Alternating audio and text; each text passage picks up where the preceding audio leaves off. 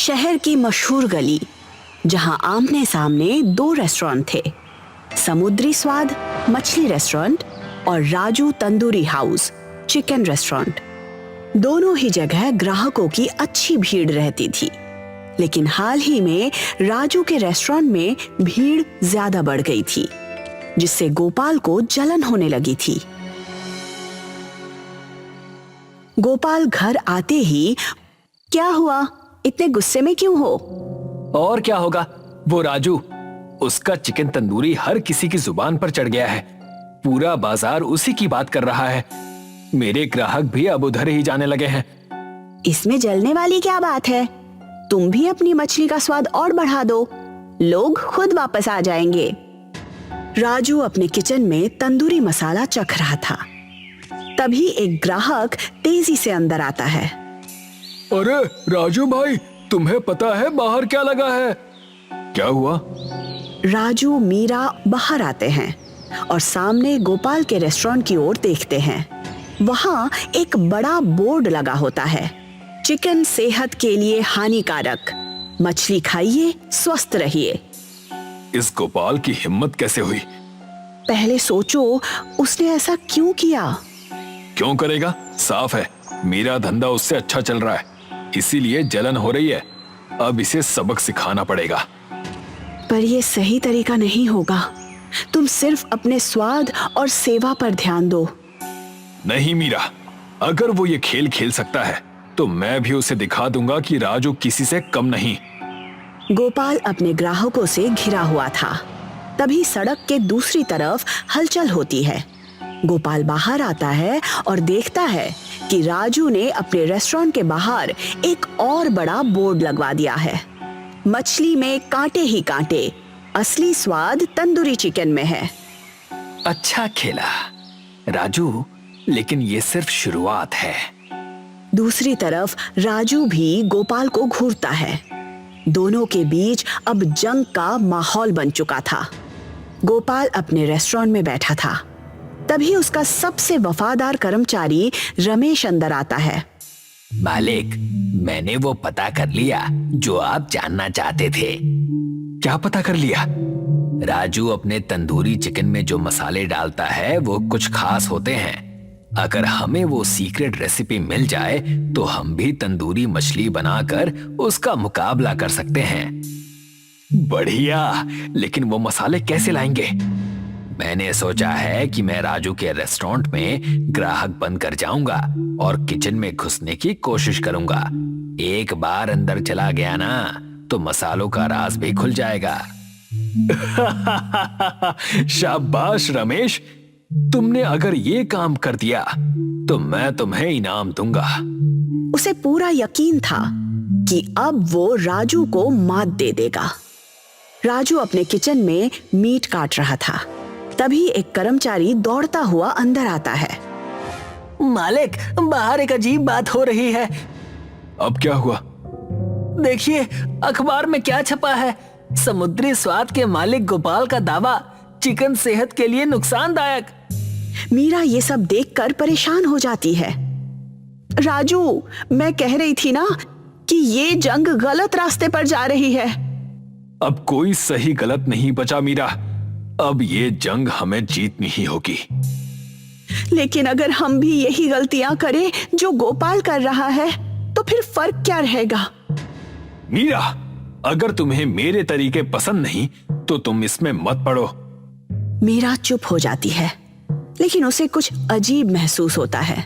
उसे लगता है कि इस जंग में कुछ और भी हो रहा है जिसका अभी तक किसी को पता नहीं है। रात का समय था। गोपाल अपने रेस्टोरेंट में बैठा अपने ग्राहक कम होने की शिकायत कर रहा था। तभी एक रहस्यमयी शख्स अंदर आता है। ये वो चालाक आदमी था जो दोनों रेस्टोरेंट की दुश्मनी का फायदा उठाने आया था। गोपाल जी, लगता है कि आपके रेस्टोरेंट की हालत कुछ खास अच्छी नहीं है। तुम्हें इससे क्या? मुझे इससे बहुत कुछ है साहब, क्योंकि मैं आपकी मदद कर सकता हूं और साथ ही राजू को भी बर्बाद कर सकता हूं। कैसे? अगर आप चाहें तो राजू के मसाले में ऐसी चीज मिला सकते हैं जिससे लोग बीमार पड़ जाएं। और जब लोगों को लगेगा कि उसका खाना खराब है तो वो आपके पास ही आएंगे। गोपाल ये सुनकर सोच में पड़ जाता है। दूसरी तरफ मीरा को पहले से ही इस रहस्यमयी आदमी पर शक था। वो इसे दूर से देख रही थी। वो तय करती है कि इस बारे में कुछ और पता लगाएगी। सुबह होते ही राजू अपने रेस्टोरेंट में बड़ा पोस्टर लगवाता है। समुद्री स्वाद में मिलावटी मछली बेची जा रही है। ये देखकर गोपाल आग बबूला हो जाता है। अब तो हद हो गई, मैं इसे आज खत्म करके ही दम लूंगा। बस कीजिए गोपाल, ये जंग दोनों की ही बर्बादी कर देगी। राजू, हमें ये सब बंद करना होगा। ये खेल खतरनाक हो रहा है। जब तक गोपाल सुधरेगा नहीं, मैं भी नहीं सुधरूंगा। मीरा और सुमन दोनों चिंतित थी। वो देख रही थी कि उनके पतियों की दुश्मनी अब बर्बादी की तरफ बढ़ रही थी।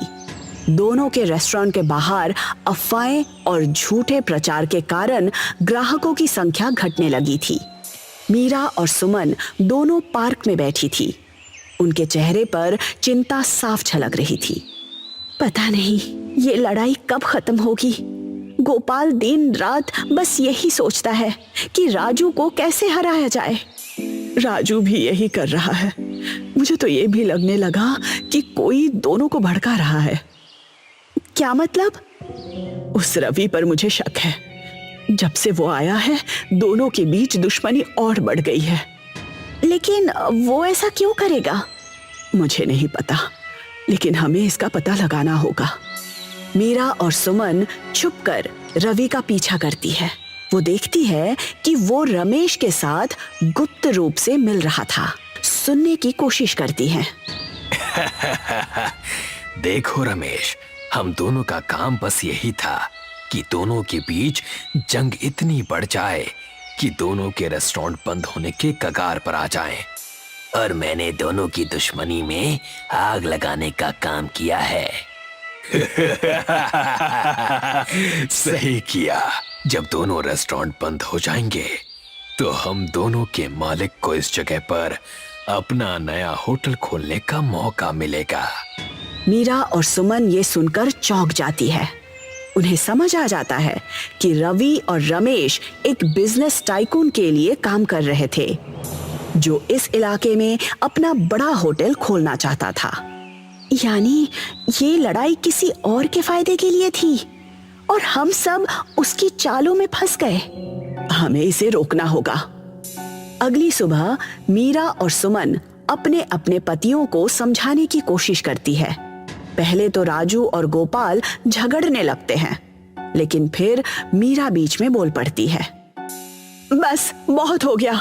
अगर तुम लोग हमारी बात नहीं सुनोगे तो बर्बाद हो जाओगे। क्या मतलब? मतलब ये है कि रवि और रमेश ने तुम दोनों को बेवकूफ बनाया है। मीरा और सुमन उन्हें रवि और रमेश की सच्चाई बताती हैं। दोनों ये सुनकर हैरान रह जाते हैं। इसका मतलब हमारी लड़ाई का असली फायदा किसी और को हो रहा था और हम इतनी नफरत में अंधे हो गए थे कि ये देख ही नहीं पाए। राजू और गोपाल मीरा और सुमन के साथ मिलकर एक योजना बनाते हैं। ये रवि और रमेश को बुलाते हैं और उसे लगता है कि उसकी साजिश कामयाब हो रही थी, लेकिन तभी पुलिस आ जाती है। तुम्हारी सारी सच्चाई हमारे सामने है। अब दोनों सीधे जेल जाओगे। पुलिस उन दोनों को पकड़कर ले जाती है। रवि और रमेश के पकड़े जाने के बाद गोपाल और राजू एक दूसरे को देखते हैं। अब और लड़ाई नहीं। हम दोनों अपने अपने रेस्टोरेंट चलाएंगे, लेकिन इज्जत और मेहनत से। बिल्कुल, कोई भी नफरत से नहीं जीत सकता। असली जीत स्वाद और मेहनत की होती है। सुमन और मीरा राहत की सांस लेती हैं। दोनों रेस्टोरेंट में फिर से रौनक लौटने लगती है और ग्राहकों की भीड़ बढ़ जाती है। अब दोनों एक दूसरे के प्रतिस्पर्धी तो हैं, लेकिन ईमानदारी के साथ। गीता देवी के जुड़वा बेटे थे, नकुल और मुकुल, जिनकी पत्नियां थीं नैना सुनैना। शादी के बाद नकुल और मुकुल में अक्सर झगड़े होने लगे और इस कारण आज गीता देवी अपनी सारी संपत्ति का बंटवारा कर रही थी। इस घर में और सारे खेतों पर तुम दोनों का बराबर का हक है। तुम दोनों को एक बराबर हिस्सा मिलेगा। तुम दोनों को आपस में झगड़ने की कोई जरूरत नहीं। मेरे और मेरे पति का जो कुछ भी बचा है वो तुम दोनों में बराबर बटेगा। ठीक है माँ। जैसी आपकी आज्ञा। उस दिन से घर के बीच में एक लकीर खिंच गई। एक ही घर में 2 चूल्हे हो गए और 2 जगह अलग अलग खाना पकने लगा। माँ, अब जब हर चीज का बंटवारा हो ही गया है तो ये भी कर लेते हैं। एक दिन आप मेरे यहाँ खाना खाइए और एक दिन भैया के यहाँ। ये भी ठीक है। तब से गीता देवी एक वक्त का खाना नकुल की रसोई से खाती तो एक वक्त का खाना मुकुल की रसोई से। जायदाद के साथ साथ माँ भी बढ़ चुकी थी और इन सब का कारण था नकुल और उसकी पत्नी नैना। नैना अक्सर नकुल के कान भरा करती थी। मुझे तो लगता है कि आपकी माँ ने मुकुल भैया को ज्यादा हिस्सा दिया होगा। ऐसा नहीं होगा, उन्होंने तो सब एक बराबर ही बांटा था। फिर भी समझ नहीं आता, मुकुल और सुनैना तुम्हारी माँ का बहुत ख्याल रखते हैं, उनकी सेवा करते हैं। यूं ही कोई बेवजह थोड़े ना माँ की सेवा करेगा। अरे तुम भी ना, मुकुल है ही ऐसा, उसे माँ से पहले से ही लगाव है। लेकिन सुनैना वो क्यों सेवा कर रही है? क्योंकि भाभी भैया की हर बात मानती है। समझ में आया, वो तुम्हारी तरह नहीं है अपने पति को उंगलियों पे नचाने वाली। हाँ हाँ, तुम तो मुझे ही कोसो। मैंने तो सबकी भलाई के लिए कहा था कि बंटवारा करवा दो। वैसे भी तुम्हारी माँ की उम्र हो चुकी है, भविष्य में क्या हो किसे पता। अच्छा है ना, पहले ही पैसों और जायदाद का मामला निपट गया। अब कम से कम तुम्हारी माँ पर कोई बोझ तो नहीं रहेगा। अब हो गया ना, जाने दो। वहीं दूसरी ओर मुकुल और सुनैना माँ की सेवा में लगे थे। माँ जी, मैंने आपकी पसंद के बेसन के लड्डू बनाए हैं। वाह, बढ़िया है। और माँ, मैंने वैद्य जी को आपकी कमर के दर्द के बारे में बताया है। उन्होंने कहा है कि शाम को मैं उनसे तेल ले लूं, उस तेल से आपका कमर दर्द झट से गायब हो जाएगा। अच्छा है, खुश रहो तुम दोनों, हमेशा खुश रहो। गीता देवी मुकुल और सुनैना को आशीर्वाद दे रही थी और ये बात नैना को खल रही थी। शाम को जब नैना की बारी आई तो नैना ने भी खाने के साथ मिठाई बनाई। ये लीजिए माँ जी, आपकी मनपसंद पनीर की सब्जी, रोटी, रायता, चावल और गुलाब जामुन। वाह बेटा, लेकिन आज क्या खास है?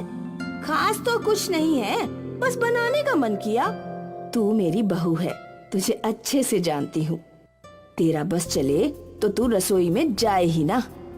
क्या माँ जी, आप भी? अच्छा है, कम से कम तूने इतने सारे पकवान बनाए। भगवान तुझे सद्बुद्धि दे। दोनों को दिए हुए आशीर्वाद में फर्क था। ये सुनकर नैना और चिढ़ गई।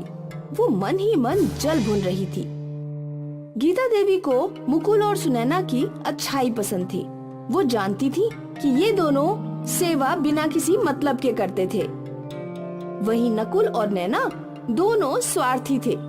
उनके हर अच्छे के पीछे कोई न कोई मकसद जरूर होता था। कुछ सालों तक सब कुछ यूं ही चलता रहा। अब गीता देवी की तबीयत खराब रहने लगी थी और अब उन्हें एक नई चिंता सता रही थी। मैंने सब कुछ तो दोनों में बांट दिया, अब बस मेरे पास वो जादुई कुकर है। वो किसी एक को दूं तो दूसरे के साथ नाइंसाफी हो जाएगी। लेकिन वो जादुई कुकर उसी के हक का है जो अच्छा है, तो ये मैं मुकुल और सुनैना को ही दूंगी। इस सोच से गीता देवी ने वो कुकर लिया और सुनैना के पास गई। अरे वाह माँ जी, पीतल का कुकर। मानो तो पीतल, मानो तो सोना, अपनी अपनी सोच का फर्क है। मैं समझी नहीं माँ जी। मैं भी ये कुकर बहुत सालों के बाद देख रहा हूँ माँ। ये हमारे बचपन का था ना? हाँ, ये मुझे मेरी माँ ने दिया था। ये हमारा खानदानी कुकर है, पर ये कोई आम कुकर नहीं है बेटा, ये जादुई कुकर है। जादुई कुकर? इसका जादू मुझे तब समझ आया जब तुम दोनों पैदा हुए थे। उस वक्त गांव में सूखा था खाने के लिए कुछ नहीं था। लोग भूख से मर रहे थे। तभी हमारी परिस्थिति थोड़ी अच्छी थी।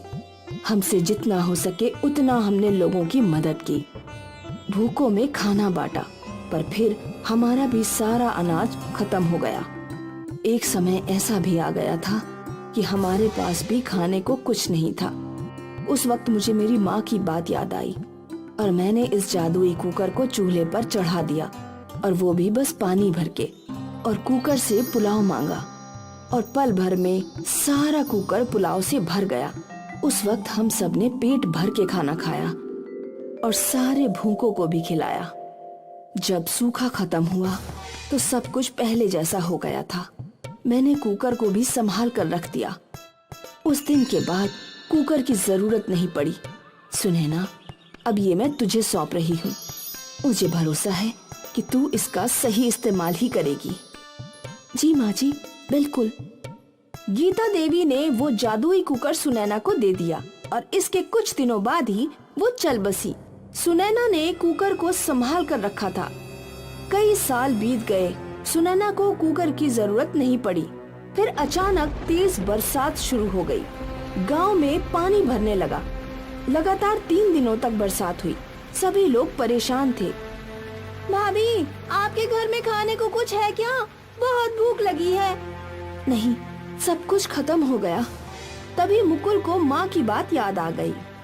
अरे सुनैना, हमारे पास जादुई कुकर तो है।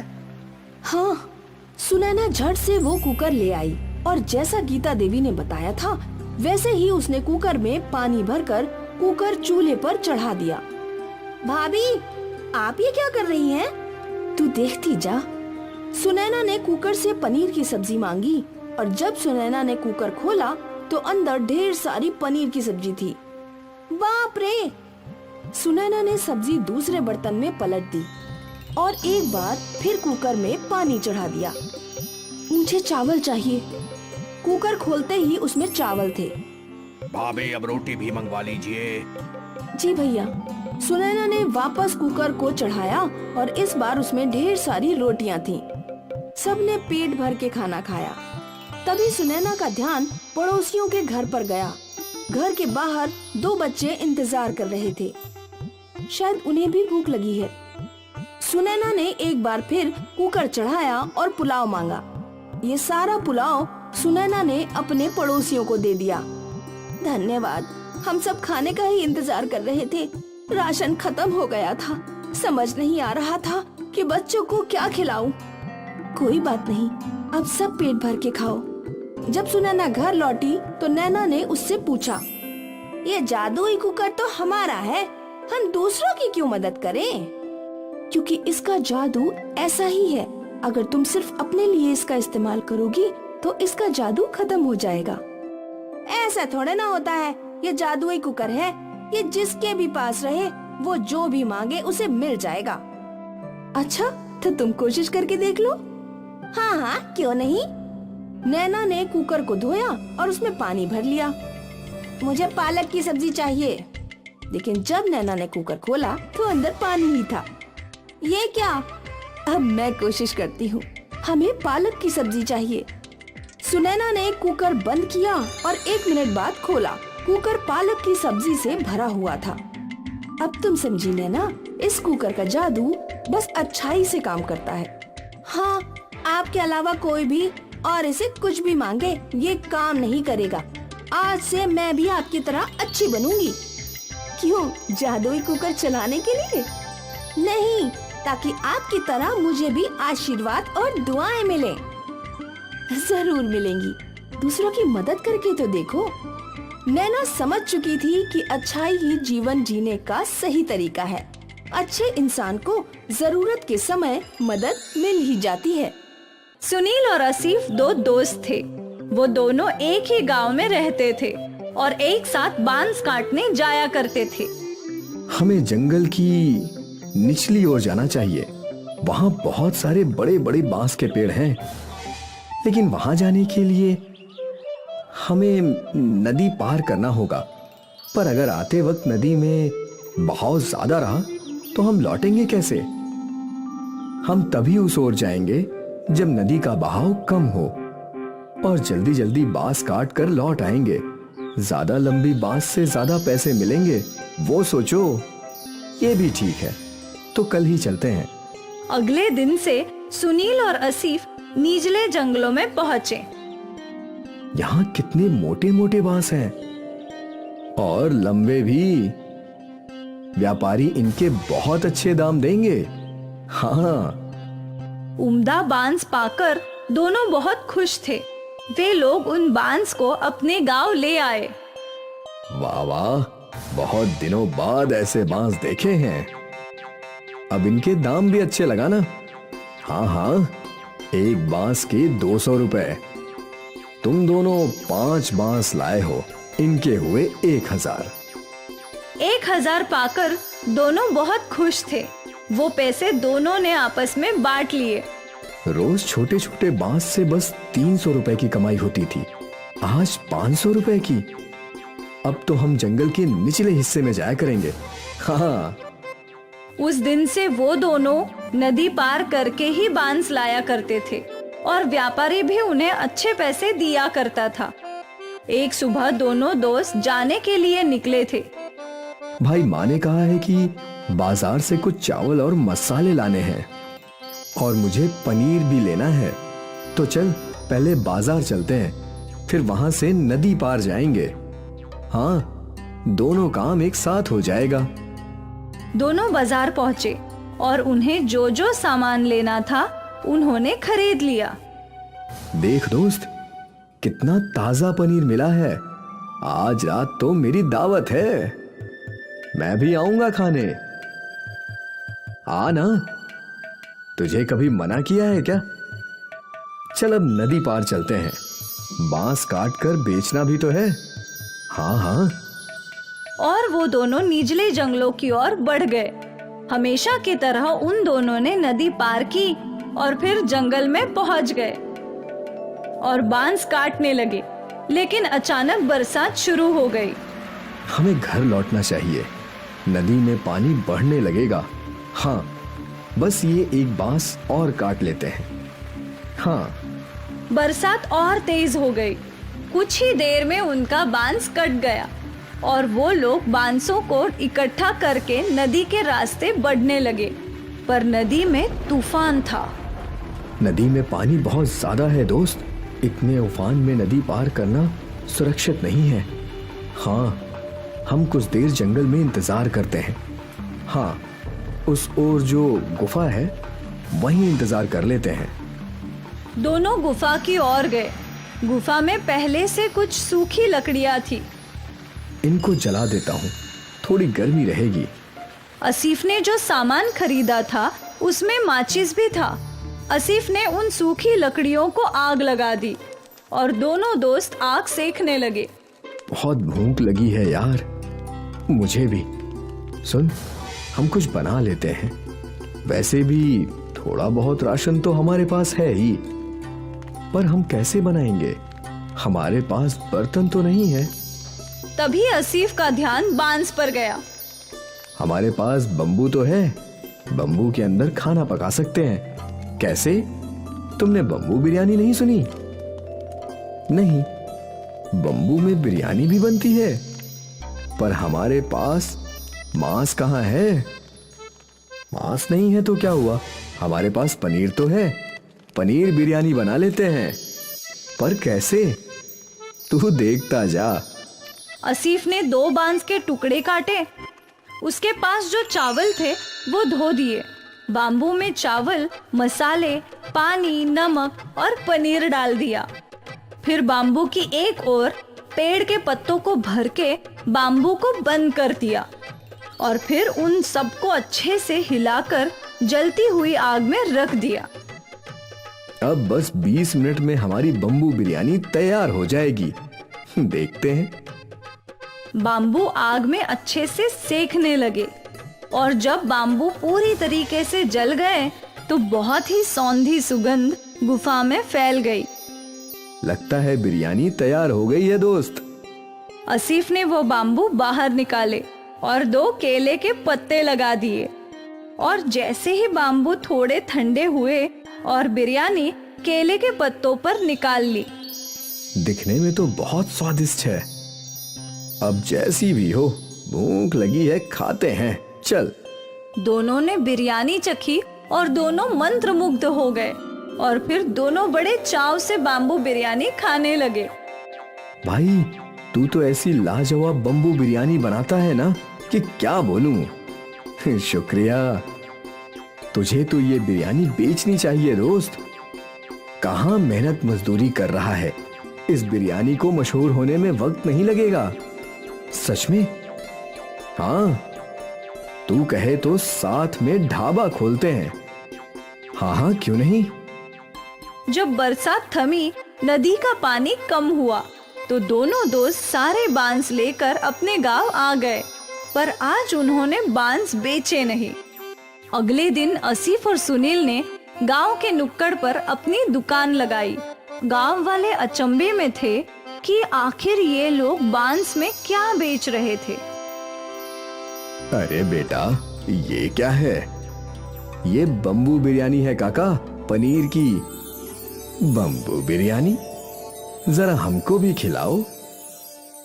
गांव के लोगों ने पहली बार बाम्बू बिरयानी चखी। अरे वाह, क्या कमाल स्वाद है आसिफ भाई। ऐसी बिरयानी जिंदगी में नहीं खाई, मजा आ गया। आसिफ और सुनील की बाम्बू बिरयानी गांव में मशहूर हो गई। ग्राहक कतार में खड़े रहकर बाम्बू बिरयानी खाने लगे। आसिफ और सुनील की आमदनी कई गुना बढ़ गई। और फिर क्या था, सुनील और आसिफ ने मजदूरी छोड़कर बाम्बू बिरयानी बेचना शुरू कर दिया। वो लोग दिन दुगनी और रात चौगनी तरक्की करने लगे। दूर दूर से लोग उनकी बाम्बू बिरयानी खाने के लिए आने लगे और देखते ही देखते उनका गांव में बहुत बड़ा होटल बन गया और दोनों अमीर भी बन गए। सोचा नहीं था कि कभी ये सब भी होगा। मैंने भी बिल्कुल नहीं सोचा था दोस्त। उस दिन वो बारिश हमारी किस्मत बदलने के लिए आई थी। हाँ, ना उस दिन बारिश आती और ना हम फंसते और ना ही हम कभी बम्बू बिरयानी बनाते। दोस्त, ये सब पहले से लिखा हुआ था। विधाता पहले से ही सबकी किस्मत लिख देता है। हम तो बस मोहरे हैं जो उसकी राह पर चलते हैं। बिल्कुल। बाम्बू बिरयानी ने आसिफ और सुनील की किस्मत बदल दी और उन दोनों को जिंदगी की बहुत बड़ी बात समझ आई। परेशानियों से ही नए रास्ते मिलते हैं और न जाने कब किस्मत कौन सा मोड़ ले ले।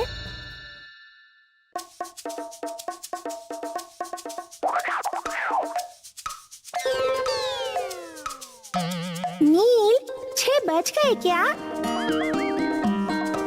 नहीं, अभी 5:30 बजे हैं। अच्छा है, तुम्हें टाइम देखना आता है। तुम भी सीख सकती हो। Kuku TV kids app download करो और एवरीडे कुछ नया सीखो। शौकत मियाँ की बिरयानी की दुकान थी। लोग बड़े चाव से उनकी बिरयानी खाया करते थे। वाह शौकत भाई, क्या जायका है। शुक्रिया शुक्रिया।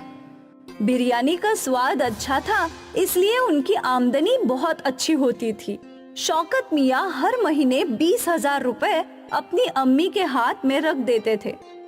बेटा, अब जब तुम्हारी कमाई भी ठीक ठाक हो रही है, मैं सोच रही हूँ कि तुम्हारा निकाह करवा दूँ। वैसे भी कब तक मैं अकेले घर का और पूरे परिवार का कारोबार संभालूंगी। तुम्हारे निकाह के बाद तो नदीम का भी निकाह होगा। अरे अम्मी, मैं तो अभी भी बच्चा हूँ। आप पहले भाईजान का ही निकाह करवाओ। ठीक है ठीक है अम्मी, आपको जो लड़की पसंद हो वो मुझे मंजूर है। ये हुई ना बात। तुमसे मुझे यही उम्मीद थी शौकत। शौकत की अम्मी ने उसके लिए एक लड़की ढूंढ ली, सना। सना पढ़ी लिखी थी और खाना भी जायकेदार बनाती थी। कुछ महीनों बाद शौकत और सना का निकाह हो गया और फिर सना ने घर के सारे काम संभाल लिए। बेटा, तुम्हारे हाथों के खाने का जायका ही अलग है। हाँ भाभी, पर बिरयानी में भाईजान का कोई हाथ नहीं पकड़ सकता। हाँ, वो तो है। अब वो तो तब पता चलेगा जब मैं उनके हाथों की बिरयानी खाऊंगी। भाईजान, आज सबके लिए बिरयानी ले आना। ठीक है, ले आऊंगा। शौकत की बिरयानी मशहूर थी। जब भी वो बिरयानी बनाया करता था, बिरयानी की खुशबू आसपास फैल जाती थी और लोग खींचे चले आते थे। अरे भाई, बिरयानी तैयार है क्या? नहीं भाईजान, 10 मिनट और लगेगा। ठीक है, मैं यहीं खड़ा हूँ। ग्राहक तो शौकत की बिरयानी का इंतजार किया करते थे। यहाँ तक सब कुछ अच्छा चल रहा था। फिर शौकत के बगल में ही एक नया बिरयानी का दुकान खुला, अमजद का। अमजद पुराना खानसमा था। अमजद की बिरयानी भी स्वादिष्ट थी और उसकी भी खुशबू आसपास फैल जाती थी। शौकत 100 रुपए में बिरयानी बेचता था, इसलिए अमजद 80 रुपए में बेचने लगा।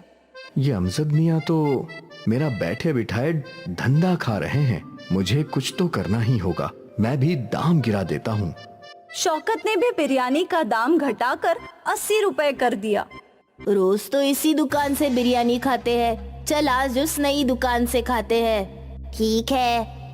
कई ग्राहक बस नया स्वाद चखने के लिए अमजद की दुकान में जाने लगे, पर अमजद के हाथों में अलग ही जादू था। एक बार जो उसकी बिरयानी खाता, वो उसी की दुकान में वापस आया करता था। कल जो बिरयानी खाई थी ना, आज भी वही खाएंगे। हाँ बिल्कुल, उस बिरयानी को भूल ही नहीं सकता। धीरे धीरे शौकत के ग्राहक कम होते जा रहे थे। शायद ये बस कुछ ही दिनों की बात है। अमजद की दुकान नई है, इसलिए लोग वहाँ बिरयानी का स्वाद चख रहे हैं। कुछ दिनों बाद मेरे ग्राहक लौट आएंगे। शौकत ने अपने आप को ये बात समझाने की कोशिश की, पर धंधे में नुकसान उसे सताए जा रहा था। अब घर पर भी वो अक्सर चिंता में रहा करता था। क्या हुआ शौकत, तू इतना परेशान क्यों है? अब क्या बताऊं अम्मी, मेरी दुकान के बगल एक और बिरयानी की दुकान खुल गई है। धीरे धीरे मेरे सारे ग्राहक वहीं जा रहे हैं। ऐसे चलता रहा तो एक दिन मुझे दुकान बंद करने की नौबत आ सकती है। ऐसा कुछ नहीं होगा बेटा, ला मालिक है। हो सकता है ये बस कुछ ही दिनों की बात हो। मैं भी यही उम्मीद कर रहा हूँ अम्मी। शौकत परेशान था और ये बात पूरे परिवार को बुरी लग रही थी। उस रात सना ने शौकत से पूरा माजरा पूछा। तो अगर दाम करने की वजह से ग्राहक दूसरी दुकान में जा रहे हैं, तो क्यों ना हम भी दाम कम कर देखें? हम कैसे दाम कर पाएंगे बेगम? बिरयानी की एक प्लेट बनाने में लागत ही 50 रुपए की है और हम 80 रुपए में बेच रहे हैं। मतलब बस 30 रुपए का मुनाफा है। अगर ये भी कम कर दिया तो घर का खर्चा कैसे चलेगा? तो क्या हम बिरयानी बनाने के लिए इस्तेमाल होने वाली चीजें सस्ती नहीं खरीद सकते? बिरयानी में सबसे महंगा चावल है। लगभग बासमती चावल कैसे सस्ते मिल सकते हैं? अब मैं बासमती चावल को सादे चावल के साथ बदल तो नहीं सकता ना?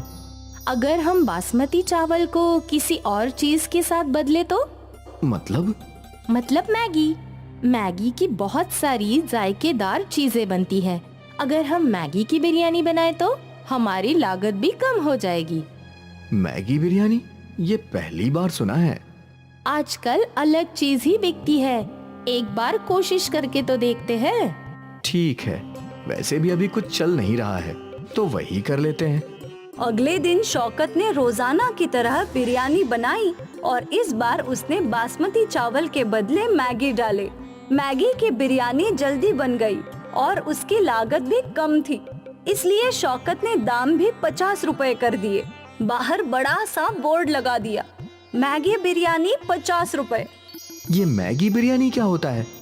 मैगी पता है और बिरयानी भी पता है, पर मैगी बिरयानी आज तक नहीं खाई। चल आज वही खाते हैं। हाँ। मैगी बिरयानी का नाम पढ़कर कई ग्राहक उसकी बिरयानी खाने पहुँचे।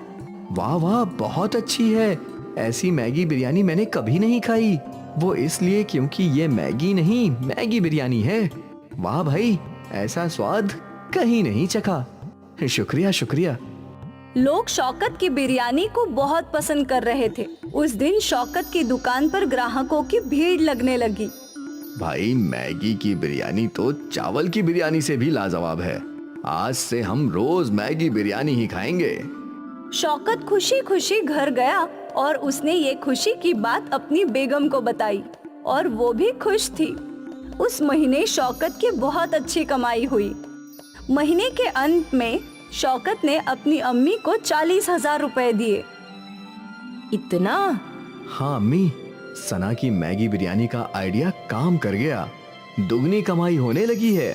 एक बार फिर शौकत खुश रहने लगा। उसकी मुश्किलें हल हो गई क्योंकि उसकी आमदनी बढ़ने लगी। मैगी बिरयानी मशहूर हो गई। विष्णु ने अपने समाज के बाहर शादी की थी, इसलिए उसे गांव से दूर रहने की सजा मिली थी। विष्णु अपर्णा अपनी बेटी पल्लवी के साथ खाड़ी के पास रहते थे। रोज सवेरे विष्णु मजदूरी के लिए दूसरे गांव निकल जाया करता था। रास्ते में वो पल्लवी को भी उसके स्कूल छोड़ता था। यहाँ घर में अपर्णा अकेली रहती थी। घर का सारा काम करने के बाद भी उसके पास समय रहता था, इसलिए वो खाड़ी से मछलियाँ पकड़ती थी। रोज मछलियाँ पकड़ पकड़ कर अपर्णा इस काम में माहिर हो गई थी। अब वो अपने हाथ से ही मछलियाँ पकड़ सकती थी। ये हुई ना बात, आज तो मछली फ्राई पकाऊंगी। जो भी मछली अपर्णा खाड़ी में पकड़ती थी, उसे वो घर ले जाकर साफ करके पकाया करती थी। खुशबू तो बहुत अच्छी आ रही है, उम्मीद है स्वाद भी अच्छा ही होगा। शाम को जब विष्णु और पल्लवी घर लौटते थे, तो अपर्णा उन्हें खाने के साथ साथ मछली भी देती थी। चक्कर बताओ, आज कैसी बनी है? माँ, इसमें चखना क्या है? आपने बनाई है तो अच्छी ही बनाई होगी। अच्छा, ऐसी बात है? हाँ माँ, मैं जब आपके हाथ से बनी मछली अपने दोस्तों को खिलाती हूँ ना, तो वो लोग पूरा डिब्बा चट कर जाते हैं और फिर बोलते हैं कि तेरी माँ बहुत अच्छी मछली बनाती है। अच्छी बात है। हाँ हाँ, मछली तो तुम बहुत ही अच्छी बनाती हो अपर्णा, इसमें कोई शक नहीं। मछली से याद आया, मैं सोच रही हूँ कि मैं रोज ज्यादा मछलियाँ पकड़कर उन्हें बाजार में बेचूं। इससे मुझे कुछ पैसे भी मिल जाएंगे। हाँ, बेच तो सकती हो, तुम्हें तो मछलियाँ पकड़ना भी आता है। हाँ? तो कल से ही काम की शुरुआत करती हूँ। अगले दिन अपर्णा ने कई सारी मछलियाँ पकड़ी और फिर उन्हें एक टोकरी में रखकर बाजार की तरफ चल पड़ी। ताजा ताजा मछलियाँ, आज की पकड़ी है, बिल्कुल ताजा मछलियाँ हैं। मीठे पानी की मछलियाँ हैं क्या? नहीं दीदी, खारे पानी की मछलियाँ हैं, खाड़ी की। नहीं नहीं, मुझे नहीं चाहिए। कई लोग अपर्णा के पास मछलियाँ देखने आए, लेकिन बहुत ही कम लोगों ने मछलियाँ खरीदी। ये देखकर अपर्णा निराश हो गई। कोई बात नहीं, आज का पहला दिन है, हो सकता है कि कुछ दिनों में मछलियों की बिक्री अच्छी हो। अपर्णा ने खुद को दिलासा दिया और टोकरी लेकर घर की ओर निकल गई। अगले दिन भी अपर्णा ने ताजी मछलियाँ पकड़ी और उन्हें बेचने के लिए बाजार पहुँची। मछलियाँ ले लो, ताजी ताजी मछलियाँ। आज भी वही हाल था, मछलियाँ बिक ही नहीं रही थी। ऐसा कई दिनों तक होता रहा और फिर अपर्णा पूरी तरह निराश हो गई। वो मछलियों की भरी हुई टोकरी लेकर घर पहुंची। उदास होकर उसने खाना पकाया। विष्णु जब घर लौटा तो वो समझ गया था कि उसकी पत्नी का मूड खराब है। क्या बात है अपर्णा? सोचा था कि मछलियाँ बेचकर कुछ पैसे कमा लूंगी, पर मेरी मछलियाँ तो कोई खरीदता ही नहीं। अरे मछलियों के बदले अगर तुम अपना मछली भात बेचती तो सब खरीदते। आप भी ना मेरा मजाक उड़ा रहे हैं। अरे नहीं नहीं, मैं तुम्हारा मजाक क्यों उड़ाऊंगा, मैं सच बोल रहा हूँ। तुम स्वादिष्ट मछली भात बनाती हो और मछलियाँ खुद ही पकड़ती हो, तो तुम दाम भी कम रख सकती हो। एक बार सोच कर देखो। विष्णु ये बात बोलकर घर के बाहर चला गया और अपर्णा इस बात के बारे में सोचने लगी। सभी लोग मेरी मछली भात की तारीफ करते हैं, तो मैं एक बार कोशिश करके देख ही सकती हूँ। मुझे तो वैसे भी पैसे ही कमाने हैं, मछली से कमाऊं या फिर मछली भात से, क्या फर्क पड़ता है। अब अपर्णा के चेहरे पर मुस्कान आई और वो एक और कोशिश करने के लिए तैयार थी। अगले दिन अपर्णा ने ताजी मछलियाँ पकड़ी और फिर उन मछलियों को पकाया। जब सब तैयार हो गया तो अपर्णा ने एक डिब्बे में मछली और दूसरे डिब्बे में भात भर लिया और वो झोला लेकर घर से बाहर निकल गई। अपर्णा बाजार में पहुंची। मछली भात, बस 25 रुपए में मछली भात। मछली भात सुनते ही ग्राहक खींचे चले आए। ताजा मच्छी है ना? हाँ, आज सुबह ही पकड़ी है। ठीक है, मुझे एक प्लेट दे दो। अपर्णा ने उस आदमी को एक प्लेट मछली भात दी। वो आदमी वहीं खड़े रहकर खाने लगा। उसकी मछली की खुशबू फैलने लगी और कई और ग्राहक अपर्णा के पास आए। मुझे भी एक प्लेट देना। जी। जैसे जैसे ग्राहक आते जा रहे थे, अपर्णा सभी को मछली भात देती जा रही थी। वो खुश थी। हर प्लेट के उसे 25 रुपए मिल रहे थे और थोड़ी देर में ही उसका सारा मछली भात खत्म हो गया और वो अपने घर की ओर चल पड़ी।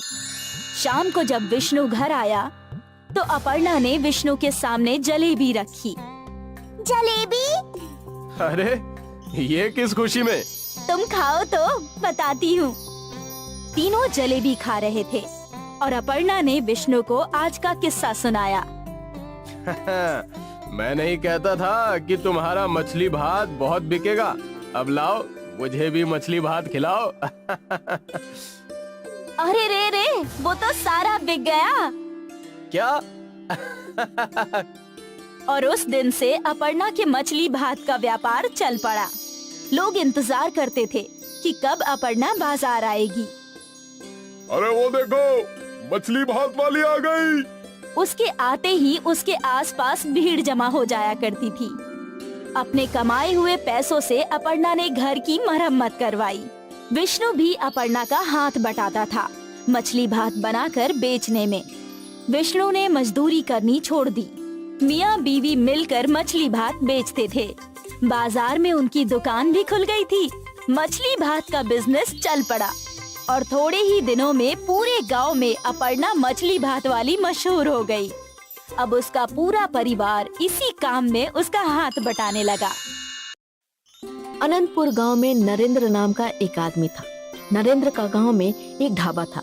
नरेंद्र ईमानदारी से अपना ढाबा चलाया करता था और जो भी खाना बच जाता था वो आसपास के कुत्तों को खिला देता था। एक दिन उसके ढाबे के बाहर एक बंदर आया। वो बंदर नरेंद्र के हाथ की रोटी देख रहा था। अरे तुझे भी रोटी खानी है? आजा आजा आजा, खा ले। नरेंद्र ने वो रोटी जमीन पे रखी और बंदर ने फट से रोटी उठा ली। अरे वाह! नरेंद्र ने कुछ और रोटी के टुकड़े जमीन पे रख दिए।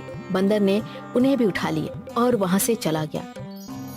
वो हर दिन शाम के समय नरेंद्र के ढाबे पे आता था। नरेंद्र उसे बची कुची रोटियां खिलाया करता था। आपने इस बंदर की आदत ना खराब कर दी है मालिक। ये रोज यहाँ आकर खड़ा हो जाता है और अब तो आप इसे अच्छी रोटियां भी खिला रहे हैं। अरे कोई बात नहीं अशोक, तेरे और मेरे परिवार की तरह इस बंदर का भी परिवार है जिसके लिए रोटी लेकर जाता है, बस। अरे आपको कैसे पता चला मालिक? अगर ये अकेला होता तो यहीं सब खा लेता, पर ये सयाना है, रोटी ले जाता है। जितनी रोटी दोगे सब की सब ले जाता है, तो जरूर ये पहले अपने परिवार को खिलाता है और फिर खुद खाता है। हो सकता है। अब जा, उसे भी रोटी दे दे। उस बेजुबान जानवर को 2 रोटी खिलाकर हमारा कोई नुकसान नहीं होगा। अशोक ने बंदर के सामने 2 रोटी रख दी और वो रोटियां लेकर चला गया।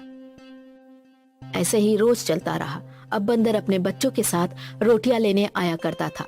नरेंद्र अब उसे ज्यादा रोटियां देता था। नरेंद्र का ढाबा भी अच्छा चल रहा था, इसलिए उसने एक और लड़के को नौकरी पे रख ली, मानिक। अशोक खाना पकाया करता था और मानिक खाना ग्राहकों तक पहुंचाया करता था। सब कुछ अच्छा चल रहा था। फिर एक दिन नरेंद्र का एक्सीडेंट हुआ। एक टेम्पो ने उसे ठोकर मार दी। नरेंद्र का हॉस्पिटल में इलाज हुआ। उसकी जान तो बच गई, पर उसके पांव काम नहीं कर रहे थे। अब वो अपाहिज हो चुका था। नरेंद्र की पत्नी सुधा ने रो रो कर अपना बुरा हाल कर लिया था। पता नहीं भगवान को हमारे साथ क्या परेशानी थी जो हमारे साथ ये सब अनर्थ कर दिया। अरे सुधा, भगवान का शुक्र करो कि कम से कम मैं जिंदा बच गया। पर आप कैसे जीवन जिएंगे? जैसे भगवान चाहेंगे वैसे जिएंगे। नरेंद्र हर बात में अच्छाई ढूंढ रहा था। भले ही उसका एक्सीडेंट हो गया, वो अपाहिज हो गया, पर फिर भी वो जिंदा था। वो इसी बात से खुश था। नरेंद्र के एक्सीडेंट के बाद ढाबा कई महीनों तक बंद रहा। नरेंद्र अपने घर पे ही रहता था। ऐसे कैसे चलेगा? मुझे वापस ढाबा शुरू करना ही पड़ेगा। पर अब आप ये सब अकेले कैसे करेंगे? अरे सुधा, मैं अकेला कहाँ हूँ, तुम हो ना मेरे साथ। हम दोनों मिलकर ढाबा खोल लेंगे वापस, क्यों? जी। नरेंद्र को कैसे भी करके अपनी परिस्थितियां बदलनी थी। अगली सुबह नरेंद्र और सुधा अपने ढाबे पे पहुंचे। ढाबा बहुत गंदा था। दोनों ने मिलकर साफ सफाई की। सुनिए, हमने ढाबे की सफाई तो कर दी, पर हम इसे चलाएंगे कैसे? देखो सुधा, मैं खाना पका लूंगा, तुम ग्राहकों तक पहुंचाना और टेबल वगैरह साफ कर लेना। अरे कुछ दिनों बाद जब थोड़े पैसे आ जाएंगे तब एक लड़के को काम पर रख लेंगे, और क्या। ठीक है जी। इसी सोच के साथ नरेंद्र ने वापस ढाबा स्टार्ट कर दिया। उसने भगवान की पूजा की और फिर चूल्हा जलाया। कुछ ही देर में कुछ ग्राहक आए। अरे वाह, बहुत दिनों बाद खुला है ढाबा है। पर जब ग्राहकों ने नरेंद्र के पैर देखे तो उन्हें उसके प्रति सहानुभूति होने लगी। अरे रे, सोचा नहीं था ऐसा कुछ हुआ होगा। खैर, अरे भाई, होनी को कौन टाल सकता है। आप मुझे एक लंच प्लेट दे दो। जी जी, अभी देता हूँ। नरेंद्र खाना परोसने लगा और फिर सुधा ग्राहकों को खाना देने लगी। उनकी गाड़ी जैसे तैसे चल पड़ी थी। पहले से कम ही सही, पर दोनों मिलकर पैसा कमा रहे थे। ऐसे ही कुछ दिनों तक सब कुछ ठीक ठाक चलता रहा। नरेंद्र जी ने उस बंदर को रोटी देना वापस शुरू किया। वो बंदर भी ढाबे पर रोज आने लगा। एक दिन सुधा की तबीयत बहुत खराब थी। वो फिर भी ढाबे पर जाने के लिए तैयार हो गई। अरे सुधा, तुम्हें तो बहुत बुखार है, तुम इस हालत में कैसे काम करोगी? तुम्हें आराम करना चाहिए। आज ढाबा मैं अकेले चला लूंगा, तुम चिंता मत करो। लेकिन आप अकेले कैसे कर पाएंगे? चिंता मत करो, मैं कर लूंगा। तुम आराम करो, आराम। जब से मैं अपाहिज हुआ हूँ तुम्हारा काम बहुत बढ़ गया है सुधा। आज एक दिन तो आराम कर लो। सुधा को आराम करना नहीं था, पर फिर भी नरेंद्र ने उसे घर पे आराम करने के लिए बोल दिया। नरेंद्र अकेले ढाबे पे गया। उसने ढाबा खोला। कुछ देर बाद ग्राहक आए। भाई को चाय देना। जी जी जी, अभी लाया। नरेंद्र खुद ही चाय बना रहा था और खुद ही बैसाखी के सहारे ग्राहकों को चाय देने लगा। ऐसे ही वो लंगड़ा लंगड़ा कर खाना परोसने लगा। रोज वाला बंदर उसकी ये मजबूरी देख रहा था। पता नहीं बंदर ने क्या सोचा। वो ढाबे के भीतर गया और उसने नरेंद्र के हाथों से खाना ले लिया और खुद ग्राहक तक ले गया। नरेंद्र हैरान था। उसे समझ नहीं आ रहा था कि बंदर ऐसा क्यों कर रहा है। बंदर वहीं जमीन पे बैठ गया। कुछ देर बाद कुछ ग्राहक और आए। भाई 3 लंच प्लेट देना। जी जी, अभी लाया। नरेंद्र लंच प्लेट भरने लगा और उसके भरते ही बंदर ने वो थाली उठा ली और उसे संभाल कर ग्राहक के टेबल तक ले आया। फिर बंदर दूसरी थाली लेने आया और फिर तीसरी। सारे ग्राहक हैरान थे। अरे भाई, ये तो सही है, पर आपके ढाबे पर बंदर काम करते हैं क्या? जी नहीं नहीं नहीं, बंदर काम नहीं करते। ये बंदर मेरी मदद कर रहा है। मैंने इसे रोटी खिलाई और ये बेचारा मेरी मदद के लिए काम कर रहा है। ओह अच्छा। पूरे दिन बंदर नरेंद्र के ढाबे में काम करता था। दोपहर को नरेंद्र ने बंदर को 3-4 रोटी दी। रोटी लेकर बंदर भागने लगा। शायद अब ये वापस नहीं आएगा। पर नरेंद्र हैरान हो गया जब कुछ देर बाद बंदर वापस लौटा। अब उसके साथ 2 बच्चे और उसकी पत्नी भी थी। बंदर ने बच्चों को पास वाले पेड़ पे छोड़ दिया और वो और उसकी पत्नी ढाबे के अंदर आके बैठ गए। और फिर जब भी ग्राहक का खाना बनता, बंदर और उसकी पत्नी दोनों ग्राहकों को खाना पहुंचाते और जूठे बर्तन भी वापस लाया करते थे। सुबह से शाम तक ये सिलसिला चलता रहा। शुक्रिया दोस्त। नरेंद्र ने बंदर के परिवार के लिए अच्छा खाना बनाया और बंदर और उसके बच्चों को खिलाया। उस दिन से रोज बंदर ढाबे पे खाना खाने आने लगा। इरफान और मकबूल दो दोस्त थे। मकबूल की चिकन बेचने की दुकान थी और इरफान फिलहाल के लिए बेरोजगार था। क्या हुआ दोस्त, आज भी नौकरी नहीं मिली? अब क्या बताऊं, समझ में नहीं आ रहा। इतनी पढ़ाई का क्या फायदा जब एक नौकरी भी नहीं मिल रही। अब समझ में नहीं आ रहा कि क्या करूं। अब तो मुझ पे रुखसाना की भी जिम्मेदारी है। तुझे इतनी जल्दी शादी नहीं करनी चाहिए थी मेरे दोस्त, पर अब जब तूने शादी कर ही ली है तो काम बढ़ाना और ढूंढना ही होगा। तू तो जानता ही है कि किस हालात में मेरी शादी हुई है। अगर शादी नहीं करता तो रुखसाना के अब्बा उसका निकाह कहीं और कर देते, लेकिन अब निकाह के बाद इतनी सारी जिम्मेदारियां आ गई हैं, समझ में नहीं आ रहा कि अब क्या करूं। अरे इरफान, तू शवारमा बनाना जानता है ना? हाँ, तो शवारमा की दुकान क्यों नहीं खोलता? दुकान खोलने के लिए भी तो पैसे लगेंगे ही ना, वो कहां से लाऊंगा? मैं हूं ना, मैं तुझे कर्ज दूंगा, तेरा धंधा चल पड़ेगा तो लौटा देना। हाँ, वो भी है। इरफान खुश अपने घर गया और रुखसाना को ये सारी बातें बता दी। अल्लाह का शुक्र है, आपको कोई रास्ता तो मिला। अब जल्द ही मेरे शवारमा की दुकान लगेगी। उम्मीद है अच्छी कमाई होगी और हमारे हालात भी बेहतर हो जाएंगे। होंगे ही, मैं दुआ करूंगी। मकबूल से पैसा कर्ज लेकर इरफान ने शौरमा की मशीन खरीद ली। वो मकबूल से ही चिकन लेने गया और उसकी शौरमा की दुकान शुरू हो गई। अरे भाई, एक शौरमा देना। हाँ, अभी लो। धीरे धीरे इरफान के शौरमा की दुकान पे कस्टमर्स की भीड़ लगने लगी थी। स्वाद तो बहुत अच्छा है भाई। होगा ही, सारे मसाले मैं घर पे ही बनाता हूँ। वाह, बढ़िया, मजा आ गया भाई खाकर। इरफान खुश था कि उसके शौरमे लोगों को पसंद आ रहे थे। उसके ग्राहक बड़े चाव से शौरमा खाने आते थे। एक दिन घर पे बैठकर वो हफ्ते की कमाई गिन रहा था। 4000 रुपए का मुनाफा हुआ है। इसमें से 2000 रुपए हमारे घर के खर्च और सामान के लिए रखता हूँ और 2000 रुपए मकबूल भाई का कर्ज लौटा देता हूँ। हाँ, यही सही रहेगा। ऐसे ही चलता रहा तो जल्द ही मकबूल भाई के सारे कर्ज चुकता हो जाएंगे। बिल्कुल। उस दिन इरफान ने मकबूल को कर्जे की पहली किश्त लौटा दी। लगता है तेरा धंधा बहुत अच्छे से चल पड़ा है इरफान। जी भाई, उम्मीद है ऐसे ही चलता रहे। हाँ, बिल्कुल चलेगा। तू ऐसे ही मेहनत कर। हाँ भाई, करूँगा। इरफान रोज शाम को अपने शौरमे की दुकान लगाता और उसके आते ही ग्राहकों की भीड़ लग जाया करती थी। एक शौरमा देना। मुझे भी दो गार्लिक शौरमा पार्सल। मुझे भी एक शौरमा। जी, अभी देता हूँ। दुकान खोलने से बंद होने तक इरफान के हाथ चलते रहते थे। कस्टमर्स आते ही रहते थे।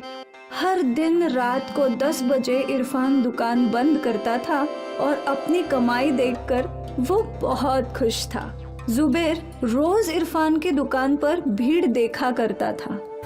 शौरमे के बिजनेस में बहुत मुनाफा है। मुझे भी शौरमे का बिजनेस डालना चाहिए। इरफान तो 80 रुपए में शौरमा बेचता है। मुझे इससे कम दाम में बेचना होगा, तभी लोग मेरा शौरमा खरीदेंगे।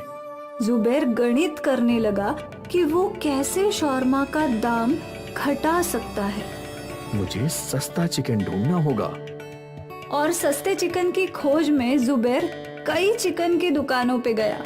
सभी जगह उसे वही दाम मिल रहा था। आखिर वो अकरम की शॉप में गया। अकरम बेईमान किस्म का आदमी था। अरे भाई, मुझे चिकन रोज 10 किलो चाहिए, पर दाम नहीं परवड़ रहा। फिर तो एक ही रास्ता है।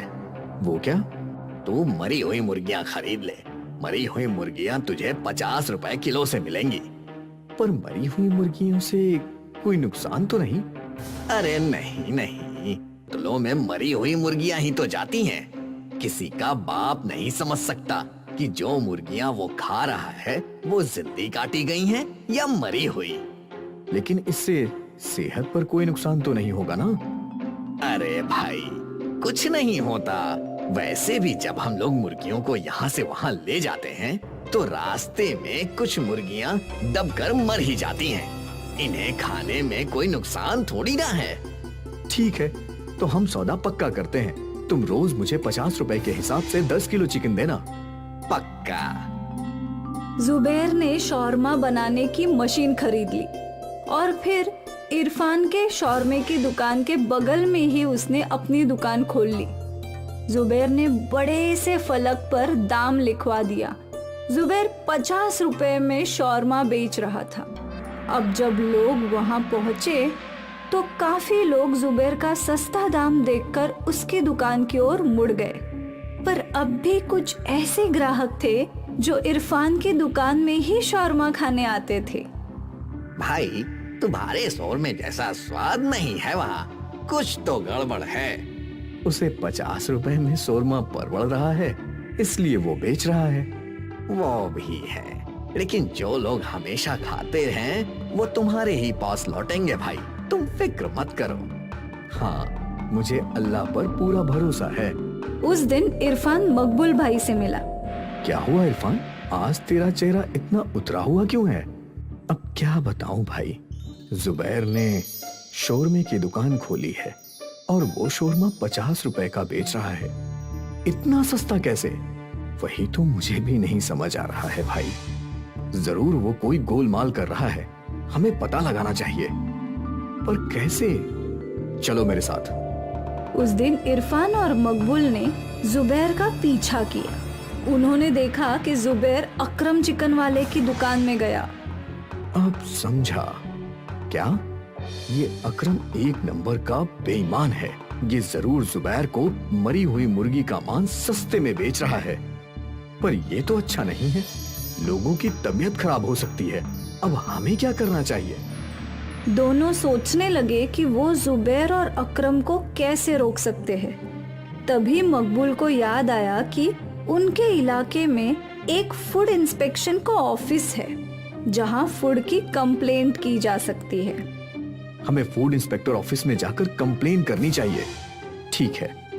इरफान और मकबूल फूड ऑफिस गए और वहां उन्होंने बड़े ऑफिसर को जुबैर की बेईमानी की कंप्लेंट की। हमें उस शौरमे की जांच करनी होगी।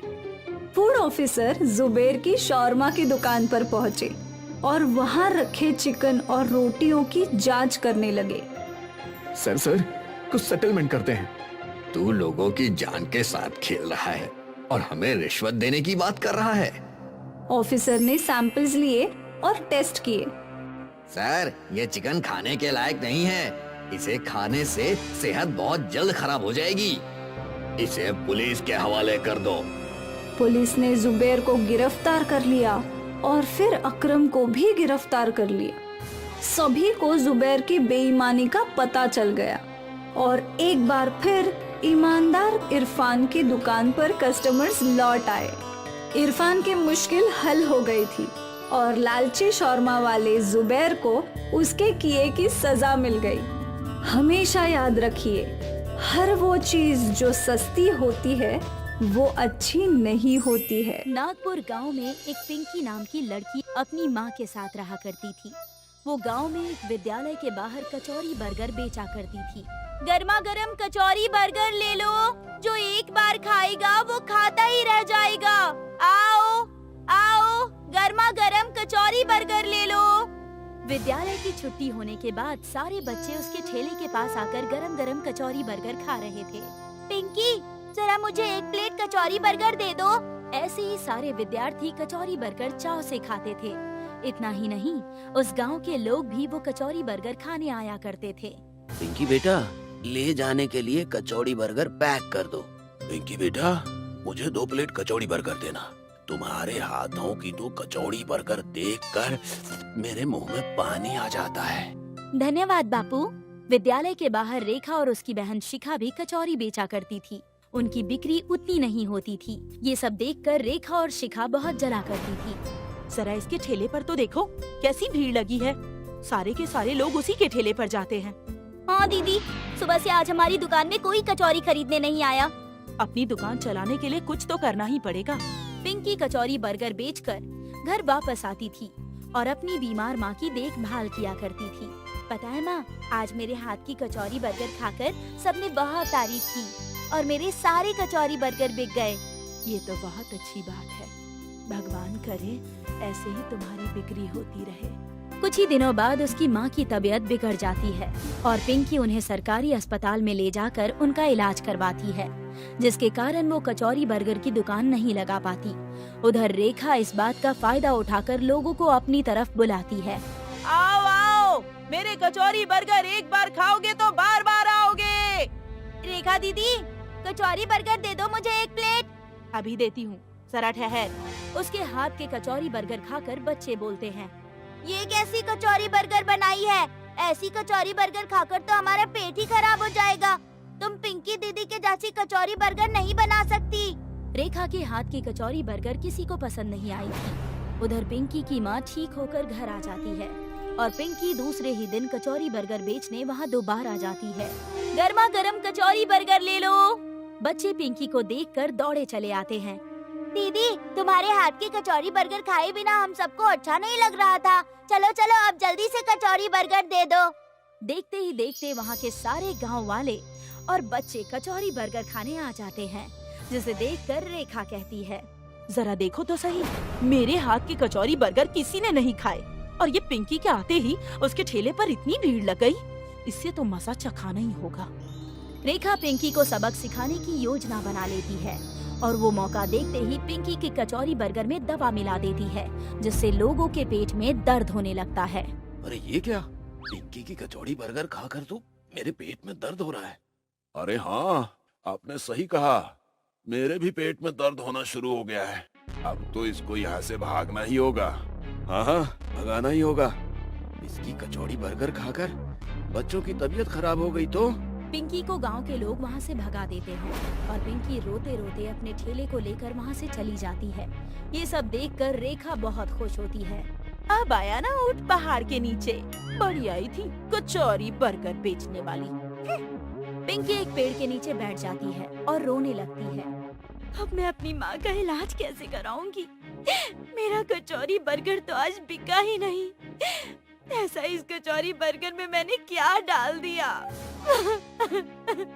एक बूढ़ा पिंकी के ठेले को देखकर पिंकी के पास आकर कहता है, बेटा, मुझे कचौड़ी बर्गर दे दो, मुझे बहुत भूख लगी है। नहीं अंकल, मैं ये कचौरी बर्गर आपको नहीं दे सकती। इस कचौरी बर्गर में किसी ने कुछ मिला दिया है। क्या करूं बेटा, मुझे बहुत जोरों की भूख लगी है। मैंने ये ठेला देखा तो तुम्हारे पास आ गया। नहीं अंकल, ये कचौरी बर्गर आप मत खाइए। मेरे पास 50 रुपए है, ये लीजिए और कहीं और जाकर कुछ और खा लीजिए। उस बूढ़े को पिंकी का व्यवहार बहुत अच्छा लगता है और वो बूढ़ा उस कचौरी बर्गर की तरफ देखकर अपना हाथ उठाता है, जिसमें से कोई रोशनी निकलती है और वो जादू करके वहाँ से चला जाता है। ये बात पिंकी को पता ही नहीं चलती और वो घर जाकर अपनी माँ से कहती है, माँ, आज मैं कचौरी बर्गर नहीं बेच पाई। मेरे कचौरी बर्गर में कुछ मिलावट हो गई है, जिसके कारण लोगों के पेट खराब होते जा रहे हैं। इसलिए मुझे वहाँ से भगा दिया गया। क्या कचौरी बर्गर में मिलावट? जरा मुझे खिला तो, मैं भी तो देखूं इस कचौरी बर्गर में क्या मिलावट है। पिंकी वो कचौरी बर्गर अपनी माँ को लाकर देती है। जैसे ही वो कचौरी बर्गर उसकी माँ खाती है, उसकी सेहत में सुधार होने लगती है। देखो, मुझे कुछ भी नहीं हुआ, ना मुझे पेट में दर्द हुआ और ना ही मेरी तबीयत खराब हुई। क्या माँ, तुम सच कह रही हो? ये सब देखकर पिंकी दूसरे ही दिन अपनी कचौरी बर्गर बेचने वापस वहीं जाती है। पिंकी, जरा कचौड़ी बर्गर दे दो। ठीक है, अभी देती हूँ। वो आदमी जैसे ही कचौरी बर्गर खाता है, उसके पेट दर्द की बीमारी ठीक हो जाती है और वो आदमी पिंकी से कहता है, अरे ये क्या पिंकी बेटा, तुम्हारा कचौड़ी बर्गर खाकर तो मेरे पेट का दर्द ठीक हो गया। ये बात गांव में फैल जाती है कि पिंकी के पास जादुई कचौरी है, जिसे खाकर सभी की बीमारी दूर हो जाती है और ये सुनकर सारे लोग पिंकी के पास आकर कचौरी मांगते हैं। पिंकी, पिंकी, मुझे भी कचौड़ी बर्गर खिला दो। तुम्हारा कचौड़ी बर्गर खाकर मेरा कमर दर्द ठीक हो जाएगा। ये सब देखकर रेखा सोचती है, मैं भी जरा ये कचौरी बर्गर खाकर देखूं तो मेरी भी कुछ बीमारी ठीक हो जाए। जरा मुझे भी कचौरी बर्गर खिला दो। रेखा कचौरी बर्गर जैसे ही खाती है उसके पेट में जोरों से दर्द होने लगता है। वो समझ जाती है कि उसने गलत किया, इसलिए उसके साथ उल्टा हो गया। सारे लोग कचौरी बर्गर खाकर बीमारी से छुटकारा पा लेते हैं। ये बात पिंकी को समझ नहीं आती। बूढ़ा फिर से पिंकी के पास आता है। पिंकी बेटा, मुझे 50 के कचौड़ी बर्गर दे दो। अरे अंकल, आप तो वही हो ना जो उस दिन मेरा कचौरी बर्गर खाना चाहते थे? वो कचौरी बर्गर खराब होने की वजह से मैंने आपको मना कर दिया था। हाँ पिंकी, मैं वही हूँ। इतना कहते ही वो बूढ़ा एक परी के वेश में आ जाता है। ये क्या, आप परी बन गई? आप कौन है? हाँ पिंकी, मैं बूढ़ा नहीं, मैं एक परी हूँ। तुम्हारी ईमानदारी देखकर मुझे बहुत खुशी हुई थी, इसीलिए मैंने तुम्हारे कचौरी बर्गर को एक जादुई कचौरी बर्गर में बदल दिया था, जिससे जो भी ईमानदार व्यक्ति वो कचौरी बर्गर खाएगा उसकी बीमारी दूर हो जाएगी। ये बात जानकर पिंकी बहुत ही खुश होती है और धन्यवाद कहती है। वो जादुई कचौरी बर्गर से अपनी माँ और सारे लोगों की बीमारी ठीक कर देती है। ये कहानी बेंगलोर की है। सड़क के किनारे हेनरी और जैक दोनों के बर्गर्स के स्टॉल थे। हेनरी बहुत ही अच्छा था। वो अपने बर्गर्स में अच्छी सामग्री का इस्तेमाल करता था, जैसे कि अच्छी सब्जियां, अच्छे आलू, अच्छा तेल और अच्छे क्वालिटी के बर्गर्स बन। और जैक को बस पैसे कमाने का लालच था। वो सड़ी गली सब्जियां, सस्ता तेल, पुराने आलू का इस्तेमाल करता था।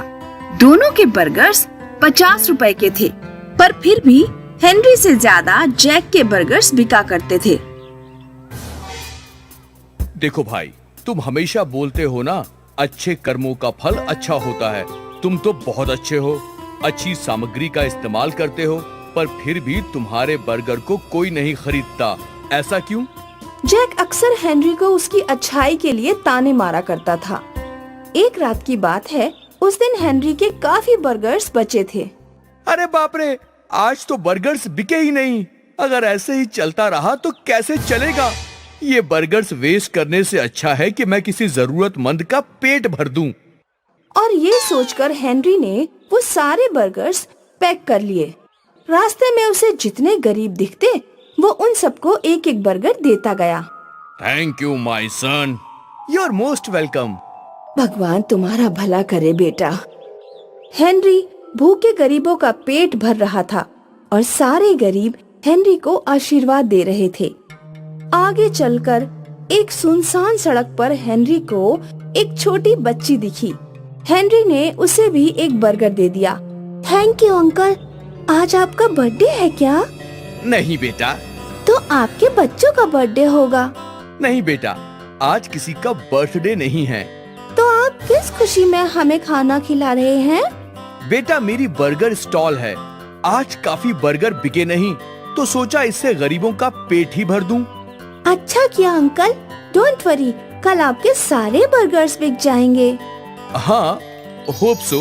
उदास मत होइए अंकल, मेरे पास आपके लिए कुछ है। हेनरी उस बच्ची को देख रहा था कि वो बच्ची एक परी में बदल गई।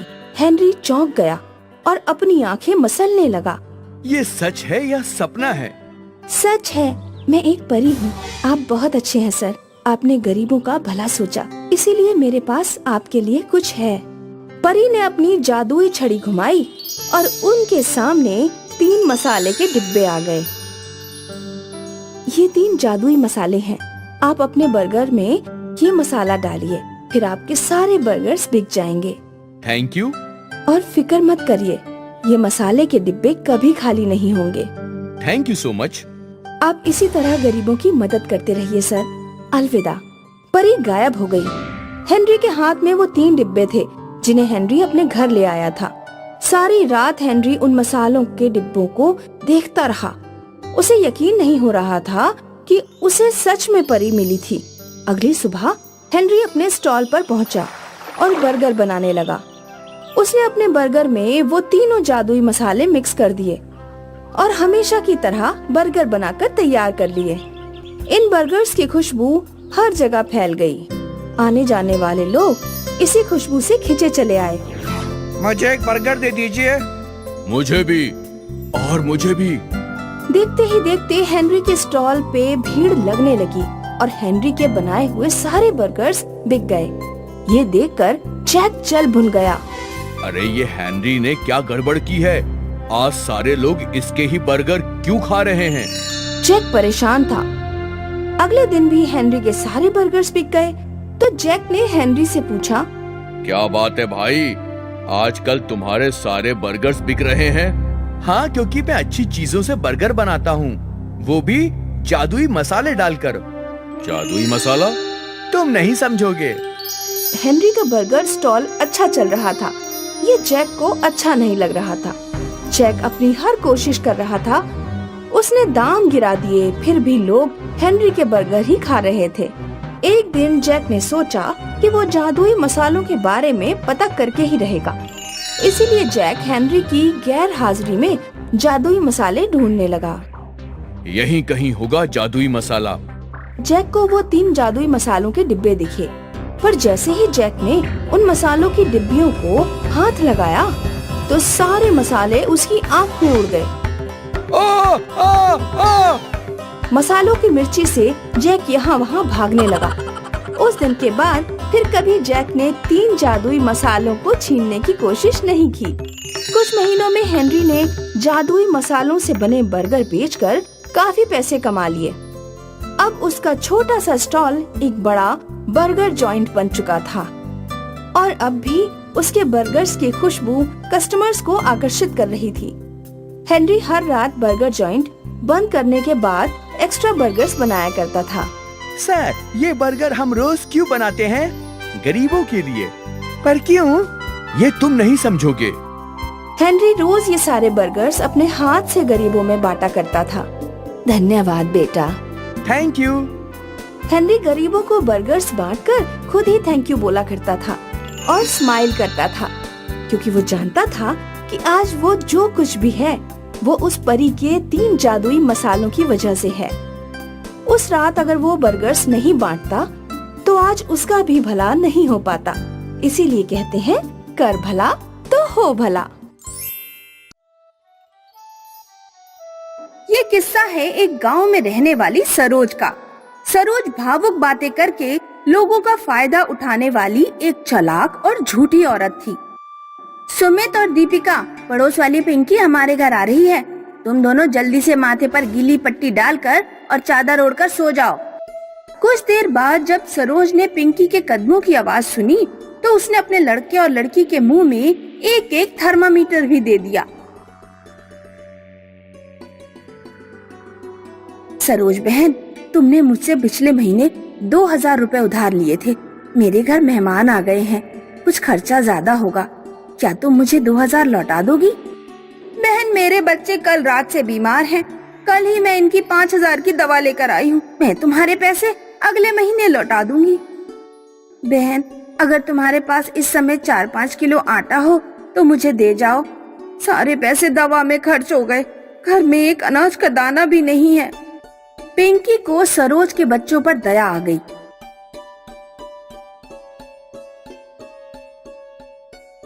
वो सरोज के घर आटा पहुंचाकर चली गई। बहुत बढ़िया मेरे बच्चों, तुमने बहुत अच्छी एक्टिंग करी। अब जल्दी से उठ जाओ, फ्री का आटा आ गया है। मैं तुम दोनों के लिए पूड़ियाँ बना देती हूँ। सरोज हर सप्ताह एक लिस्ट बनाती थी जिसमें वो उन लोगों के नाम लिखती थी जिनसे वो पैसे ले चुकी है। मनोरमा, मुन्नी, पिंकी, पूजा, रमा। इन लोगों से तो मैं पैसे ले चुकी हूँ। आज सीता बहन के घर जाती हूँ। सरोज ने अपनी लड़की के सर पर टमाटर फोड़कर पट्टी बांध दी और गांव में रहने वाली एक औरत सीता के घर ले गई। सीता बहन, मेरी बेटी के सिर में चोट लग गई है। क्या तुम मुझे 4000 रुपए उधार दे दोगी? मुझे अभी इसे अस्पताल लेकर जाना है। हाँ बहन, अभी देती हूँ। इस तरह लोगों से पैसे ठगना सरोज की आदत बन चुकी थी। एक दिन जब पिंकी सरोज के घर के पास से गुजर रही थी तो उसने सरोज और उसके बच्चों के हंसने की आवाज सुनी। पिंकी ने खिड़की से झांक कर देखा तो सरोज अपने बच्चों के सर पर टमाटर छोड़कर पट्टी बांध रही थी और किसी से पैसे मांगने जाने की तैयारी कर रही थी। ये सब देखकर पिंकी सारी बात समझ गई। उस दिन शाम को पिंकी और उसके पति के गुरु घर पर आए। पिंकी ने सरोज के बारे में अपने गुरु को बताया। उस औरत को सुधारने का मेरे पास एक तरीका है। गुरु ने पिंकी को एक डिब्बे में जीरा दिया। ये साधारण जीरा नहीं है। अगर ये पेट में चला जाए तो इंसान जो भी बात बोलेगा वो सच हो जाएगी। पिंकी तुरंत जादुई जीरा लेकर सरोज के घर पहुंची। सरोज बहन, मेरे पति बाजार गए थे, कुछ ज्यादा जीरा खरीद लाए हैं। मैंने सोचा थोड़ा जीरा तुम्हारे घर पहुंचा दूं।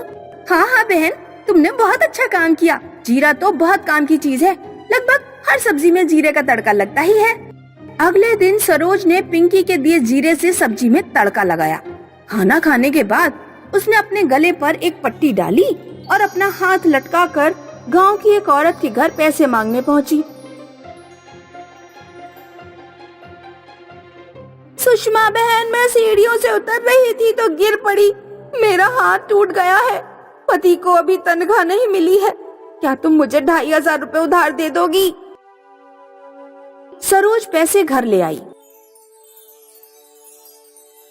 आज का टारगेट पूरा हो गया। चलो बच्चों, शॉपिंग करने चलते हैं। उस दिन शाम को सरोज कपड़े उतारकर छत से नीचे उतर रही थी तो उसका पैर फिसल गया और उसका हाथ असलियत में टूट गया। दोनों बच्चे उसे डॉक्टर के पास लेकर गए। असलियत में सरोज को गले में पट्टी डालकर हाथ लटकाना पड़ा। महीने भर के बाद उसका हाथ ठीक हो पाया। महीने भर से मैंने किसी से पैसे नहीं लिए। आज कोई बड़ा हाथ मारूंगी।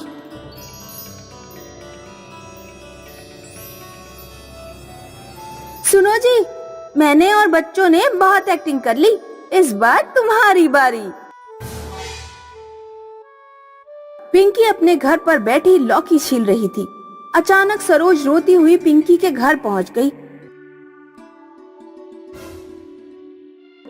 पीछे उसके दोनों बच्चे खटिया पर अपने पापा को लेकर आ रहे थे। पिंकी बहन, मेरे पति को हार्ट अटैक पड़ा है, अस्पताल लेकर जाना है। कहीं से भी 50,000 का इंतजाम कर दो। मैं तुम्हारा एहसान जिंदगी भर मानूंगी।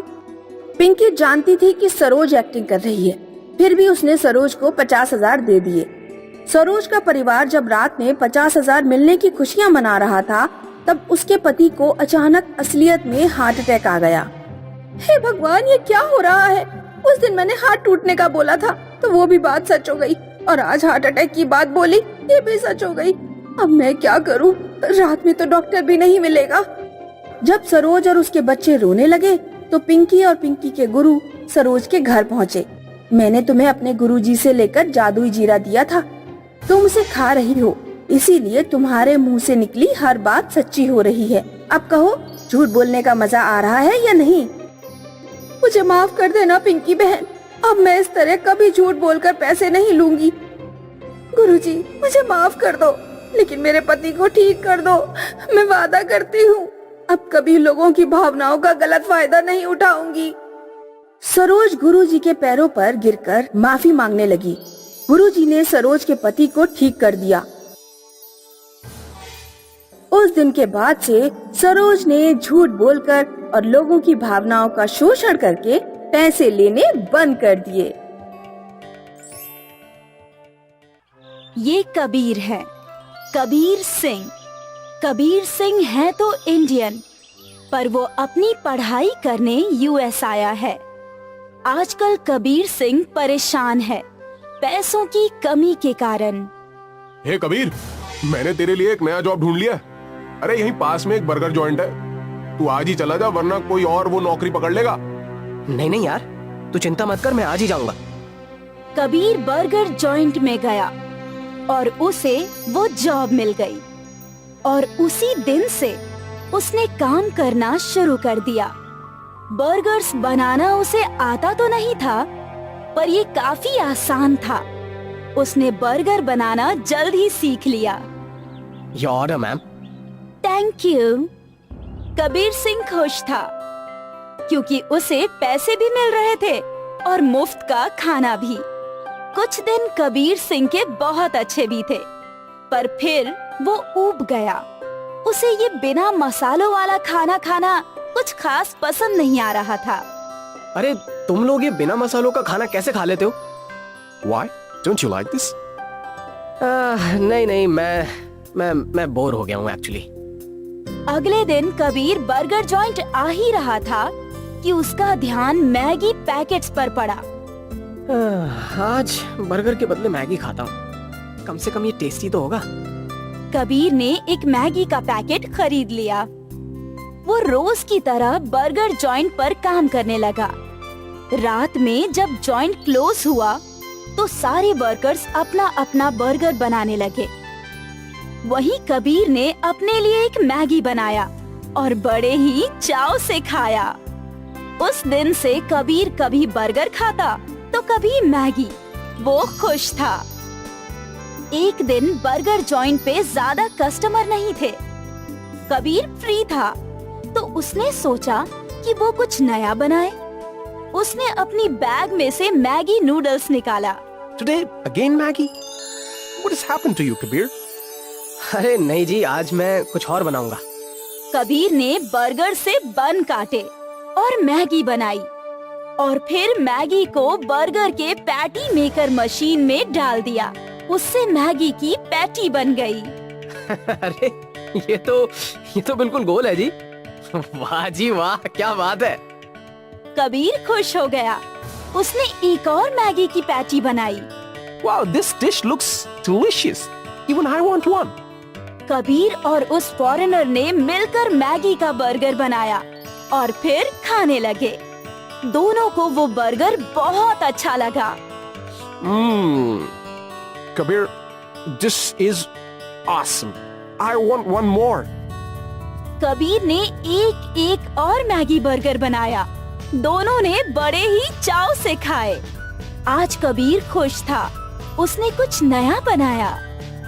कुछ दिन बीत गए और फिर बर्गर जॉइंट का मालिक कबीर के पास आया।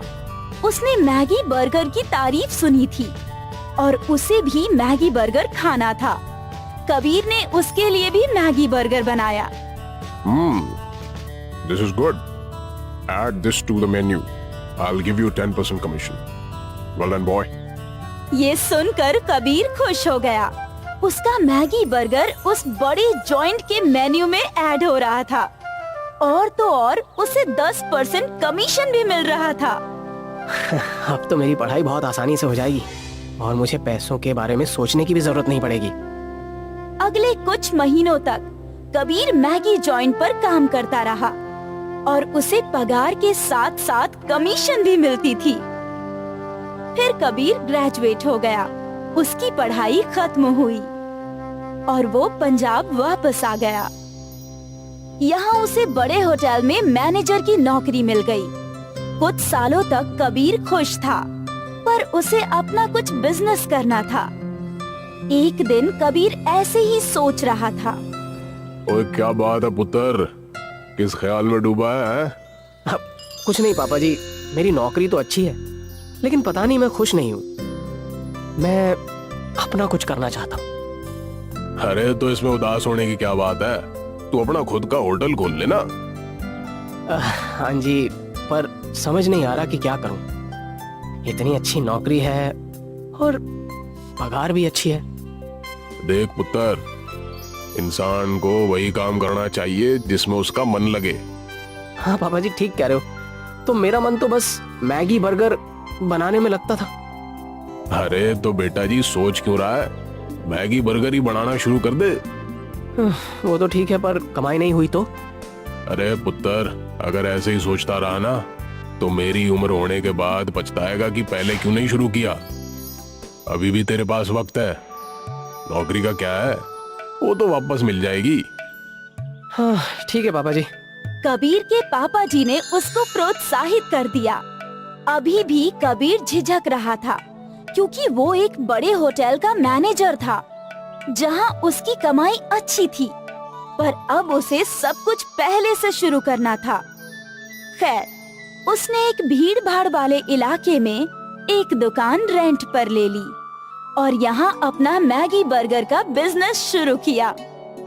ये कैसा बर्गर है? ये एक्चुअली मैगी का बर्गर है जो बहुत ही टेस्टी होता है जी। एक बार खाकर तो देखिए। ठीक है जी, खिलाओ। पहले कुछ दिनों तक कबीर की दुकान कुछ खास नहीं चली, पर फिर धीरे धीरे उसकी दुकान चल पड़ी। कॉलेज के बच्चे मैगी बर्गर खाने के लिए दूर दूर से आते। कबीर ने स्टाफ बढ़ा दिया और मैगी बर्गर में वैरायटीज डाली। चीज Maggi burger, Schezwan Maggi burger. फिर तो मानो कबीर की स्टॉल यंगस्टर्स का फेवरेट फूड जॉइंट बन गया। 6 महीने में कबीर ने एक और ब्रांच खोल दी और अगले 1 साल में 3 और नई ब्रांचेस। कबीर का मैगी बर्गर कमाल कर रहा था। कबीर ने अपनी पूरी फैमिली को काम पर लगा दिया। उसके सारे भाई, कजिन्स सब एक ही कंपनी में काम करते थे, बर्गर सिंह। महज 6 सालों में कबीर की बर्गर सिंह एक बहुत बड़ा फूड चेन बन गया। भारत के 30 शहरों में उसके ब्रांचेस खुल गए। अब कबीर और उसके पापा जी एक बहुत ही बड़ी कांच की बिल्डिंग में बैठा करते थे। उत्तर याद है तुझे वो रात जिस दिन तू बहुत परेशान था? हाँ पापा जी, वो कैसे भूल सकता हूँ। अगर उस दिन आपने मुझे सपोर्ट नहीं किया होता तो आज हमारा बर्गर सिंह नहीं होता।